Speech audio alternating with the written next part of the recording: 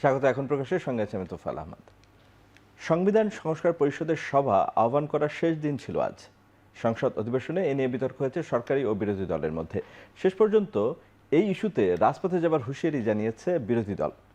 এ নিয়ে আলোচনার জন্য আজ স্টুডিওতে আছেন সাংবাদিক ও কলামিস্ট মাহবুব কামাল, এবং কিছুক্ষণের মধ্যেই আমাদের সাথে যুক্ত হবেন মুন্সিগঞ্জ ৩ থেকে বিএনপির নবনির্বাচিত সংসদ সদস্য কামরুজ্জামান রতন।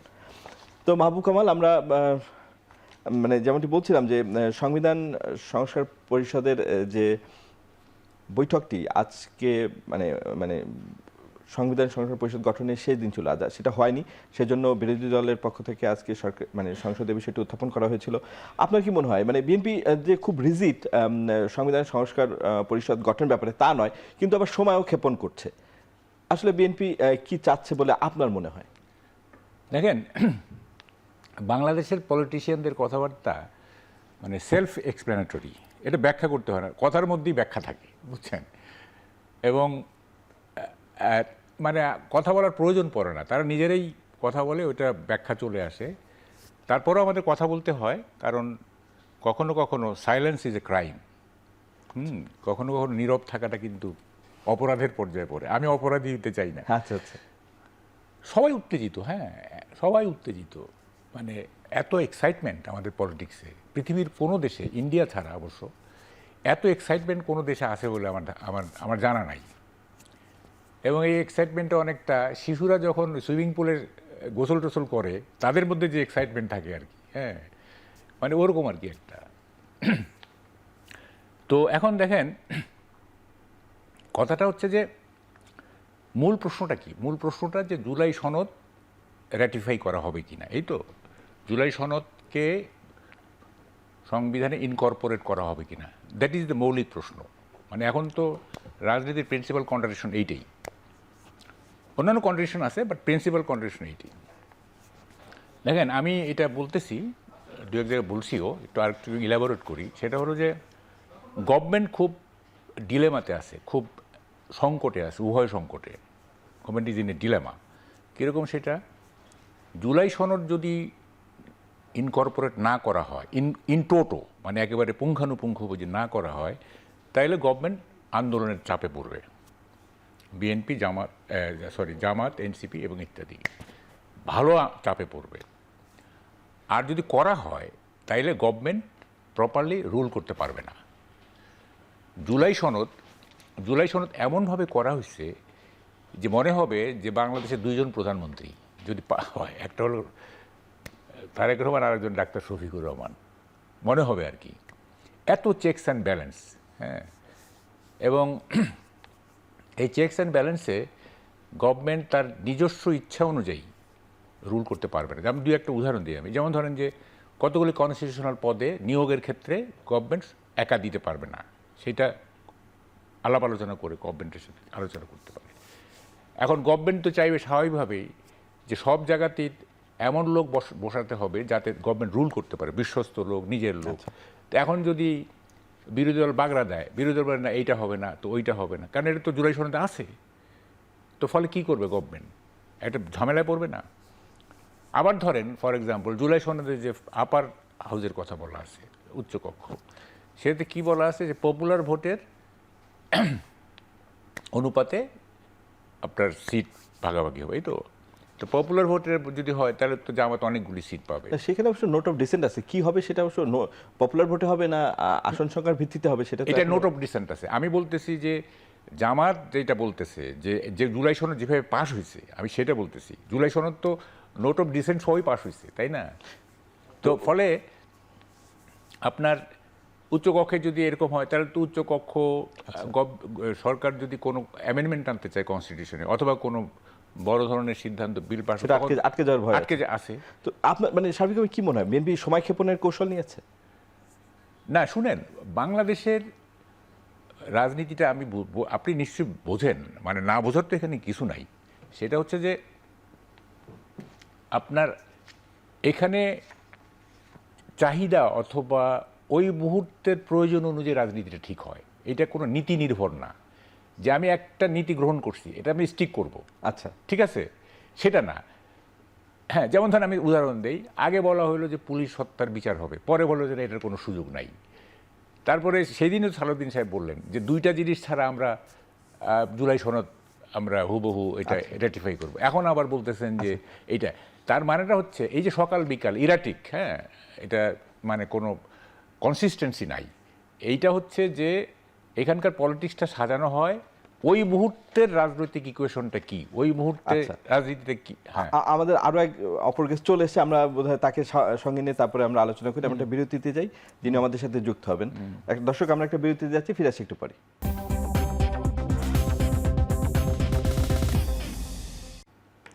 বেশ বড় আবার ফিরলাম আজকের আলোচনায়। আমাদের সাথে এই পর্যায়ে যুক্ত হয়েছেন মুন্সিগঞ্জ 3 আসন থেকে বিএনপির নির্বাচিত সংসদ সদস্য কামরুজ্জামান রতন। রতন ভাই, এই যে আজকেও সংসদে আলোচনা হয়েছে বা মানে বেশ সরকার এবং বিরোধী দলের মধ্যে সংবিধান সংস্কার পরিষদ নিয়ে, তো বিএনপি তো মানে কখনোই বলেনি যে সংবিধান সংস্কার পরিষদে করবে না, কিন্তু সময় ক্ষেপণ করছে কেন? আসলে মানে সংবিধান সংস্কার পরিষদ নিয়ে আসলে বিএনপির ভাবনা বা পরিকল্পনা কি? সেটা তো আমাদের মাননীয় স্বরাষ্ট্রমন্ত্রী স্পষ্ট, যেহেতু উনি এটা নিয়ে সবচেয়ে বেশি কাজ করেছেন এবং অন্তর্বর্তীকালীন সরকার, জামাত ইসলাম, এনসিপির সাথে উনি তো সমন্বয়কারী ছিলেন। তো উনি তো স্পষ্টই বলেছেন যে আমরা যা ইতিমধ্যে যেটা জুলাই সনদে যেটা স্বাক্ষরিত হয়েছে সে 30টা পয়েন্টের উপর, তো ওইখানে সবার তো ঐক্যমত ছিল। ওখানে বিএনপি প্রথম ওইখানে সাইন করেছে এবং এটার মধ্যে দিয়ে কিন্তু এটা নিয়ে এবং সংসদে এখন যেটা বাকি আছে, সংসদে আলোচনার ভিত্তিতে নোট অফ ডিসেন্টের উপর যে আলোচনা হবে বাকিগুলো অবশ্যই হবে, এটা বিএনপির ওয়াদা। সেই ওয়াদার মধ্যে এখন জামাত ইসলাম সহ এনসিপি ভাইয়েরা যেটা করতেছে, মানে তারা একটা সন্দেহ, জনমনে একটা ধূম্রজাল সৃষ্টি করে বিএনপিকে, জনগণকে বুঝাতে চাচ্ছে বিএনপি তার ওয়াদার মধ্যে নেই। একটা রাজনৈতিক একটা কৌশল মনে হয় যে সাময়িক গায়েল করতে চেষ্টা করতেছে, সাময়িকভাবে এটা যে চেষ্টাটা সফল হবে না। চলতি অধিবেশনে তো এই বিষয়ে কিছু হবে বলে মনে হচ্ছে না, মানে এরপরে বাজেট অধিবেশন, সেখানে কার্য দিবসের 30 দিন ওয়ার্কিং ডেজ। আমি মনে করি যে আমাদের যারা এই নিয়ে কথা বলছে এবং আমাদের যে পার্লামেন্ট পার্টির মিটিংয়ে এখানে যারা এটা নিয়ে কাজ করে তারা আমাদেরকে নির্দেশনা দিয়েছে, যারা আমরা নতুন পার্লামেন্টারি হয়েছি তাদেরকে বলা আছে যে এইটা নিয়ে কথা বলবো আমরা, এটা নিয়ে এত বিশদভাবে এটা যদি কোনো উত্তর দিতে হয় সেটা আমরাই যাদেরকে কনসার্ন যারা তাদের সাথে আমরা ওইখানে দায়িত্বশীলভাবে আমরা উত্তর দেবো। আর এই জবাবদিহিতার প্রশ্নে বিএনপি জনগণের কাছে জবাবদিহিতা অবশ্যই রাখে, সেটা দেবে। এবং আমি মনে করি বিএনপি এই ব্যাপারে খুবই মানে আন্তরিক এবং আন্তরিকতার শুধু সময় মানে ব্যাপার, এটা জাতি স্পষ্ট হবে এবং সবাই এ ব্যাপারে আশ্বস্তি হবে। যেমন আপনি দেখেন আজকে জামাতে ইসলাম ওদিন ওয়ার্কআউট করছে, এটা রাজনৈতিক কালচার ওয়ার্কআউট করতেই পারে। তারপর জামাতে আমির কিন্তু পরের দিন কিন্তু উনি বলেছেন এই প্রেসিডেন্টের আলোচনার উপর 50 ঘন্টা আলোচনা হতে পারে এবং আজকে সবাই আলোচনা অংশগ্রহণ করেছে। হয়তো ওই যে প্রেসিডেন্টকে ওইভাবে কেউই অ্যাড্রেস করে না, কিন্তু যে যার আঙ্গিকে, যে যার দলীয় আদর্শ অনুযায়ী এবং যার যার এলাকার যে সমস্যাগুলো ওই এলাকায় সবাই কিন্তু কথা বলে যাচ্ছে। সুতরাং এই সুযোগটা কেউ কিন্তু ছাড়ছে না, সেটা এনসিপিও ছাড়ছে না। আমরা জামাত ইসলাম সহকারে আমার ট্রেজারি বেঞ্চে আমরা যারা আছি সবাই আমরা আলোচনা অংশগ্রহণ করছি।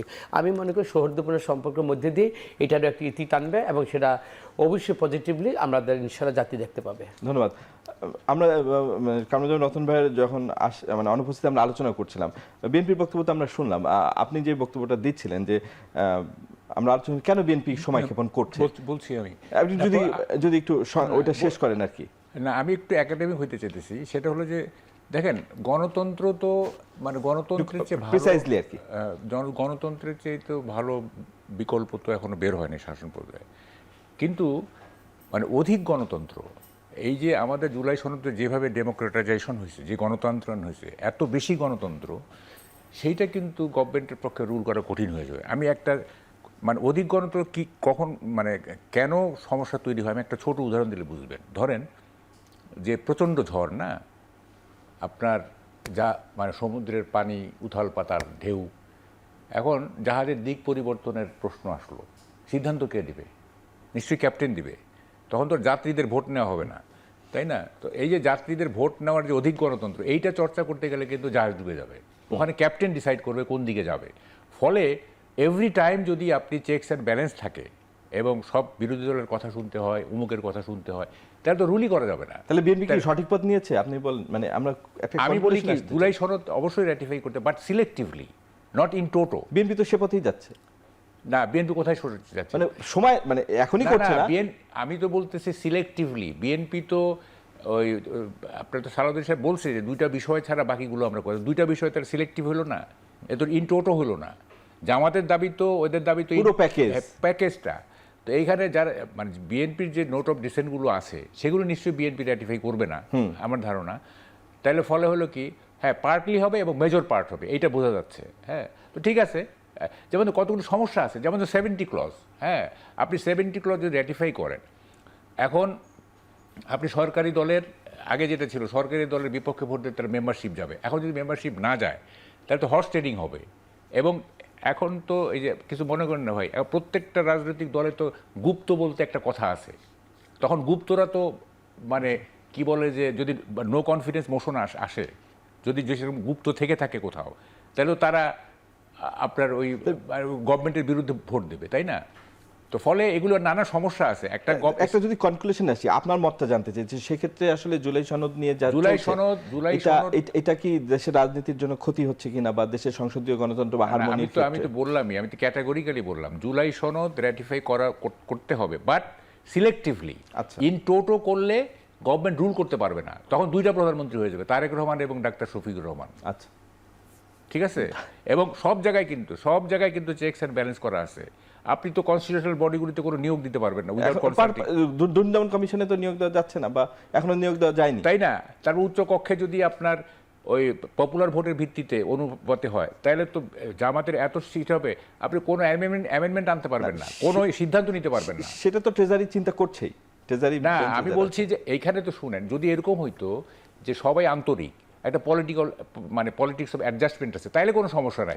এইখানে তো কে কাকে বিপদে ফেলতে পারে, কে কাকে মানে কর্নার করে নিজের সুপ্রিমেসিটা বজায় রাখবে, তো সেইখানে তো আপনাকে সেইভাবে আইনটা করতে হবে, তাই না? যদি যেমন ধরেন ব্রিটেনে কি হয়, ব্রিটেনে তো সব কিছু তো আপনার করা নাই, কিন্তু ওখানে একটা পলিটিক্স অফ অ্যাডজাস্টমেন্ট আছে, ফলে আপনাকে কনস্টিটিউশন বারে ঘাটতে হয় না, তাই না? তো আমাদের এখানে কেন বারে ঘাটতে হয়? যেহেতু এটা পলিটিক্স অফ রাইভালরি, চরম রাইভালরি, ফলে কনস্টিটিউশনটাকে ওইভাবেই রাখতে হবে যাতে একটা গভর্নমেন্ট, একটা স্টেবল গভর্নমেন্ট হয়।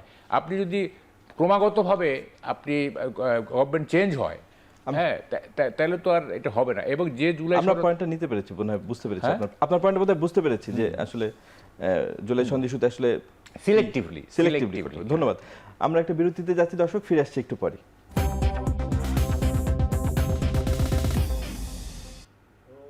বিরতির পর আবারও ফিরলাম আজকের আলোচনায়।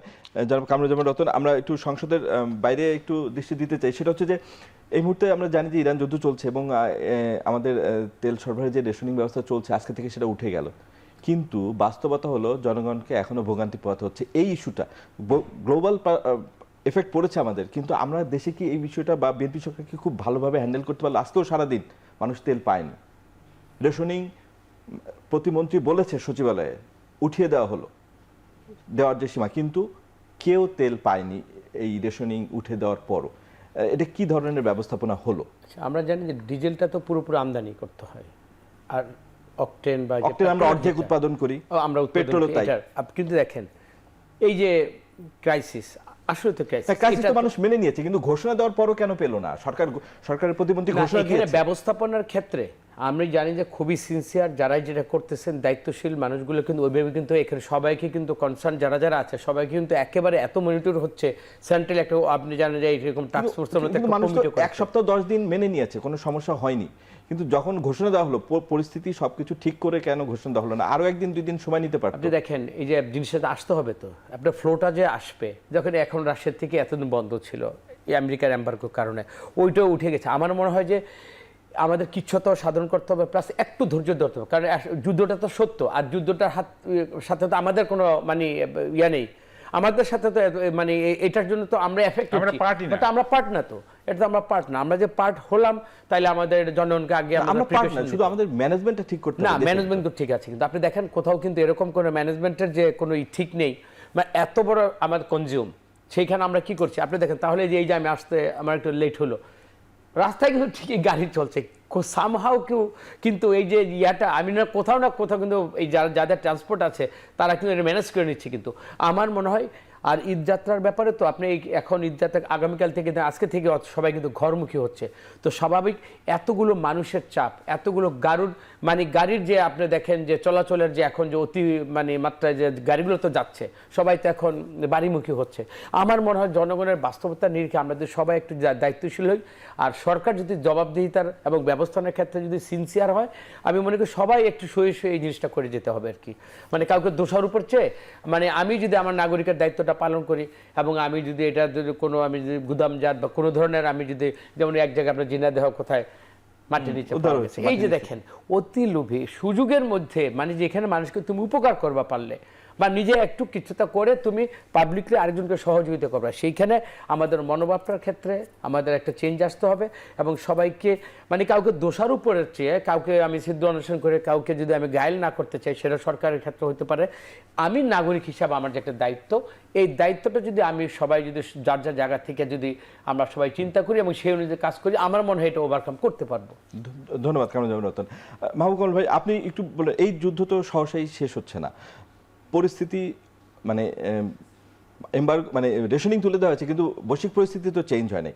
আপনার কি মনে হয় যে আসলে সরকারের এই সংকট মোকাবেলায় দীর্ঘমেয়াদে কি করা উচিত? শুনেন, আমি তো একটা টাস্ক ফোর্সের আমি পরামর্শ দিয়েছিলাম একটা টক শোতে, যে একটা টাস্ক ফোর্স থাকবে, সব কিছু মনিটর করবে। যাই হোক, কথাটা হচ্ছে যে দেখেন, যে কোনো আনইউজুয়াল সিচুয়েশনে বা আনন্যাচারাল সিচুয়েশনে একটা প্যানিক তৈরি হয়, হ্যাঁ, এবং এই প্যানিকের সুযোগ নেয় আপনার ডিসঅনেস্ট যারা ব্যবসা করে, তারা এগুলি সুযোগ নেয়। আমরা সবসময় দেখছি যে ধরেন যে এই একটা হলো, বন্যা হলো, একটা সুযোগ নিবে, ঘূর্ণিঝড় হলো, একটা সুযোগ নিবে, কোথাও একটা আন্তর্জাতিক একটা প্রবলেম হলো, সুযোগ নিবে।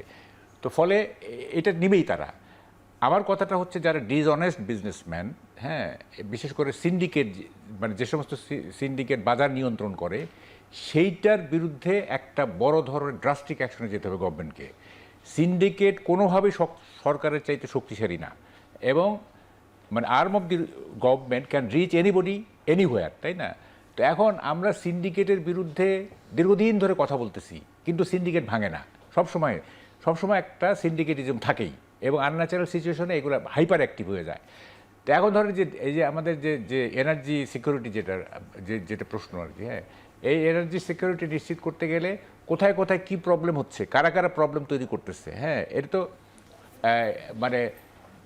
আর্টিফিশিয়াল ক্রাইসিস কিন্তু আমাদের দেশের ডিসঅনেস্ট বিজনেসম্যানদের একটা বড় কৌশল, হ্যাঁ, আর্টিফিশিয়াল ক্রাইসিস তৈরি করা, এবং কি বলে যে হোর্ডিংও একটা তার মধ্যে। আবার অনেকে তো অনেক কিছু আহ্বানও মানছে না, যেমন বিপণী বিভাগে আলোকসজ্জা সীমিত করার কথা কিন্তু আরো আগেই বলা হয়েছে, কিন্তু সেভাবে হয় নাই। না, পাবলিকের মধ্যে কিন্তু গভর্নমেন্টের আইন ভাঙার একটা কিন্তু প্রবণতা থাকে। এইটা কিন্তু একটা আমাদের দেশের নাগরিকদের, হ্যাঁ, একটা সরকার আইন করলো, আচ্ছা মানলাম না, এক ধরনের বাহাদুরি দেখায় আর কি, হ্যাঁ, কি না মানলে কি হবে, এরকম ব্যাপারটা আর কি। তো এগুলির জন্য তো আপনাকে পাবলিক কনসাসনেস বাড়ানোর জন্য আপনার এগুলোকে কি করতে হবে, একটা ক্যাম্পেইন দরকার, মানুষের সচেতনতা বাড়ানোর জন্য ক্যাম্পেইন দরকার, যেটা উনি বললেন, হ্যাঁ, যে নাগরিকরা যদি তাদের রেসপন্সিবিলিটি পালন না করে। নাগরিকরা কিন্তু সমর্থন দিচ্ছে, কেউ বলতো নাগরিকরা কিন্তু সমর্থন দিচ্ছে, সরকার যে ক্রাইসিস পার করতেছে, সরকারকে এই নতুন সরকার।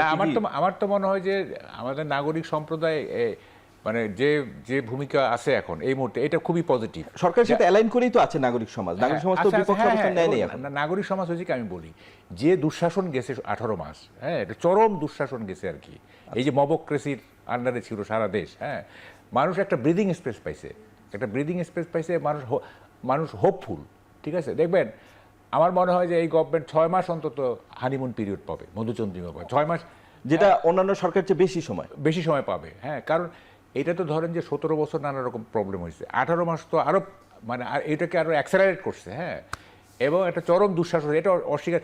বিএনপি কিন্তু গত সরকারকে খুব একটা কন্ডেম করার, কি জানি তাদের কি একটা কি বলে, আমি এটা বুঝি না, এটা একটা রহস্য, কিন্তু এটা একটা রহস্য যে ডক্টর ইউনূসকে তারা কখনোই কন্ডেম করলো না, ক্রিটিসাইজ পর্যন্ত করলো, আনকন্ডিশনাল সাপোর্ট দিয়ে গেল, অথচ সারা দেশের মানুষ 18 মাস ভুগলো, কমফোর্টেবলি তাকে একটা সুশীল মনোভাবের মধ্যে দিয়ে তাকে একটা সময় পার করতে দিয়েছে। হ্যাঁ, এখন দেখেন, এবং সে সিকিউরিটি নিল 1 বছরের জন্য, হ্যাঁ, সিকিউরিটি কে নেয়?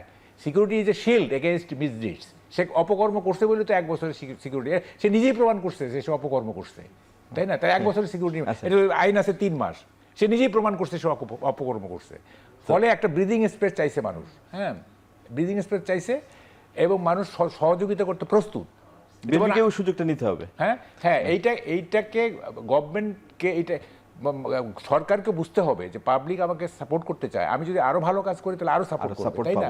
ফলে এখন সিটিজেনদের মধ্যে যে ধরনের মানে উন্নাসিকতা থাকতে পারে, ইনডিফারেন্স থাকবে, উদাসীনতা থাকতে পারে, এগুলিকে আপনার ক্যাম্পেইনের মাধ্যমে এদেরকে আপনার ঠিক করতে হবে যে হ্যাঁ আপনাদেরও রেসপন্সিবিলিটি আছে। হ্যাঁ, এবং তারেক রহমান তো মানে অনেক ডেভেলপ করছে, হ্যাঁ, এবং সে রেসপন্সিভ এবং আচ্ছা, আমরা সেই আলোচনা পরে এসে আরেকবার করি। দর্শক, আমরা আরেকটা বিরতি যাচ্ছি, ফিরে আসছি একটু পরে।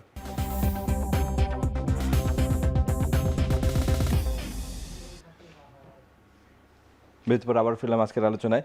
জনাব কামরুজ্জামান রতন, দুটি বিষয় আপনাকে জানতে একটু প্রিসাইজলি উত্তর আশা করি। সেটা হচ্ছে যে কাল থেকে শুরু হচ্ছে খাল খনন কর্মসূচি। রাষ্ট্রপ্রধান বা সরকার প্রধান যে কর্মসূচি নেয় সেটায় অনেক বেশি উৎসাহ থাকে সরকারের বিভিন্ন বডির। যেমন আমরা দেখেছি গত সরকারের ডিজিটাল বাংলাদেশ নিয়ে, প্রধানমন্ত্রীর কর্মসূচি নিয়ে কত কি হয়েছে, কাজও হয়েছে, দুর্নীতি হয়েছে।